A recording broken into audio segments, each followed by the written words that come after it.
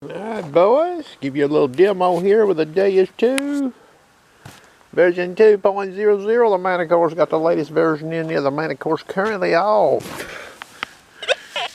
I use a 9-inch coil on this machine and I just went in the house and got it. You see that nickel there and that flat iron? Fast program. 2.5 for speed. Sides are 0. You hear that? Alright.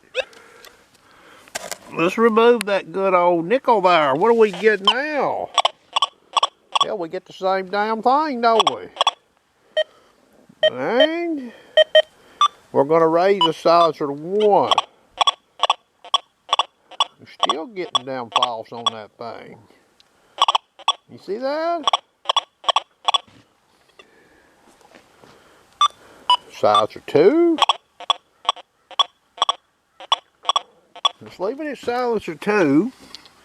We'll put the nickel back in there, boys. You see it there? It's in there, ain't it?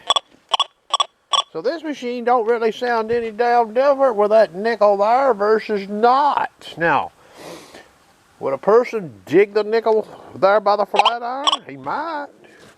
Would a person dig the flat iron by itself? Well, you might. Alright. So you got to see the Deus 2 there with the 9-inch coil. Turning Deus 2 off. Manticore with 11-inch coil is coming on. Now I could have showed this test with 11-inch coil on the Deus 2. I just didn't. Manticore, all-terrain low conductor, speed 6.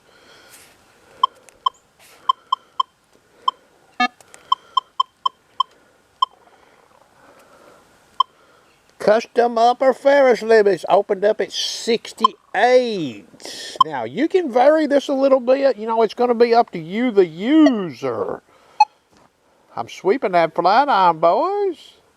You see where that flat iron is reporting? It's close to my window, but now that's pretty good size there. Hear that? 1 inch above, 2 inches above. You don't hear anything. You don't hear anything, do you? There's no lock there, is there? Horseshoe going in. Look at that. We get to hear that good old iron tone horseshoe off. You hear that? Look at that. Flat iron, boys. Now the old US nickel's going in there. You see it there, right? Now we're coming across. You hear that? Now it's leaking into my window.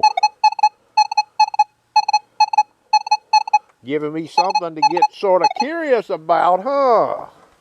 The behavior on this machine, on that flat iron, with the nickel there versus without, far different than that machine, huh?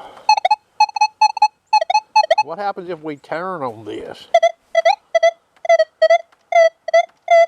So we're getting about an 18 in the meter, indicating low conductor. You see what this could do for you in the wild, ladies and gentlemen? Now, I'll go in here. Stabilizer's at 0, okay. Speed 5, what happens? 5 inches of coil height. Speed 5. Alright, we'll remove the nickel. Speed 5, we'll sweep again. Similar coil height. You see the difference, boys? You see where it's trying to report in there. Now remember, the size of the iron and the non-ferrous target low conductive will both be drivers, okay?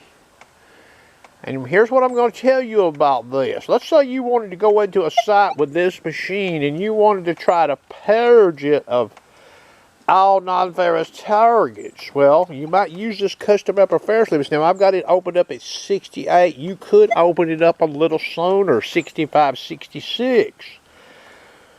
Now, what would that do for you? Well, you could detect some Smaller non-ferrous by a larger iron. It might even help your 3D on some stuff where the iron is setting, you know, more above the non-ferrous target.